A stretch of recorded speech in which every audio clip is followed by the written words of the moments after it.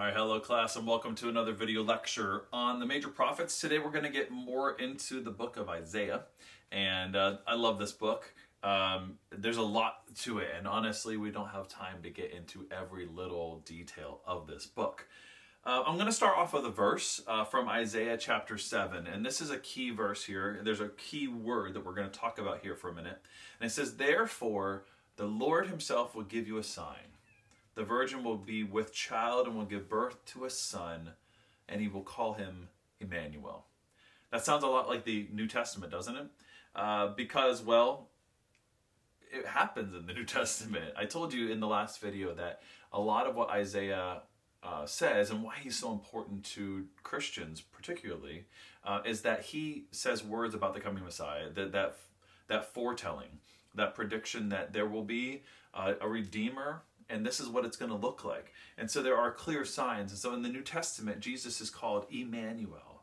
That word means God with us. God with us. So God is not far off, but God is actually with us. And that's really important in Isaiah's time to understand that God is with us, because in our last video we talked about how Isaiah experienced the Assyrian exile. Well, he also experienced the Babylonian exile and what led up to that. And he knows very well that if they continue on their way, that they're going to be exiled.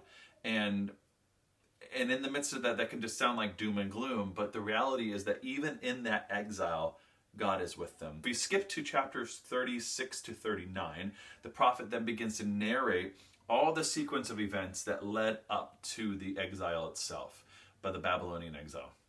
And so it's not like this didn't come as a surprise, right? We talked about redemption last time. But redemption was not just for Israel, it was also for Babylon. See, in this section, the prophet Isaiah is speaking of the exiled Jews. And so the words Isaiah offers are words of hope and redemption. And it kind of shifts, because the first part of the book is really about sort of judgment and look out. These are warning signs, and you need to pay attention, you need to repent, you need to turn. But now the second section really is about comfort and redemption and restoration, and it's good news. And this is where we really begin to see more and more of those messianic prophecies, the Messiah prophecies, which is great. And this is why this book is so important to us still today.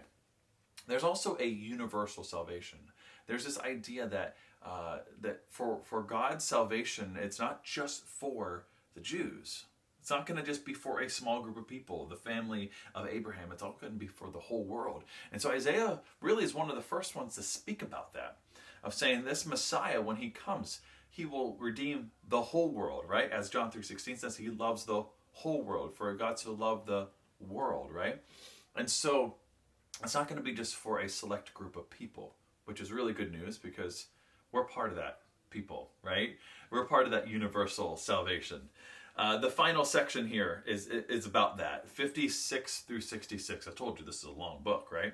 Focuses on worship and rituals, issues of justice and righteousness, restoration and rebuilding of Zion or Jerusalem, God's kingdom, and the universality of salvation, or universal salvation. The exiles who returned to their homeland were disillusioned. They didn't have the understanding that because of they were continued to struggle for existence and ongoing strife and struggle within their community. They became cynical.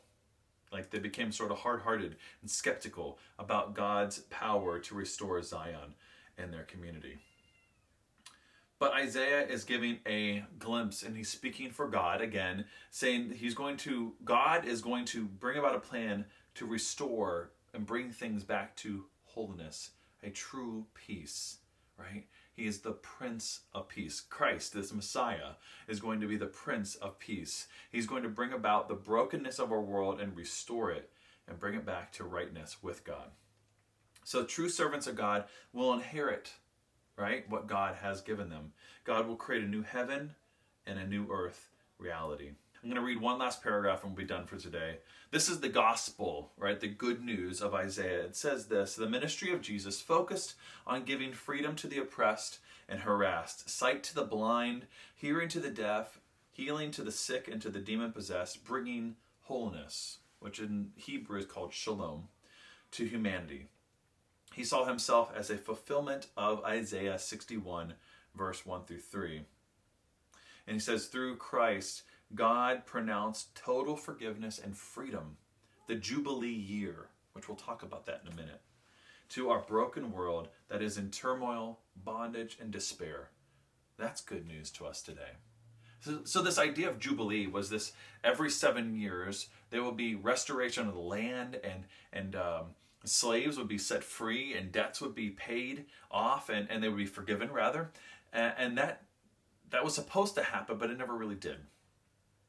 When Jesus shows up as the Messiah, he is not just simply giving them a 7-year grace period. He's giving them freedom completely, 100% and forever from the bondage of sin and death. All they have to do is receive that forgiveness. And this is exactly what Isaiah is speaking about.